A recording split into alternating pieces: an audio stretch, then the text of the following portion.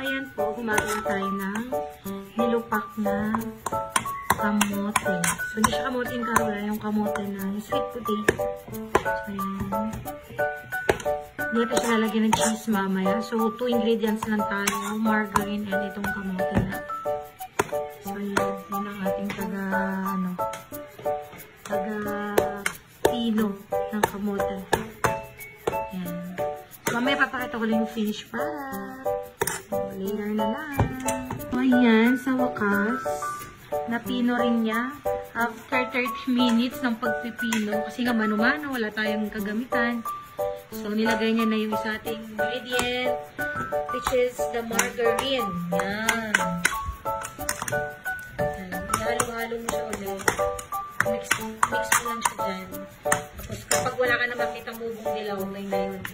Ready na to put it in the fridge.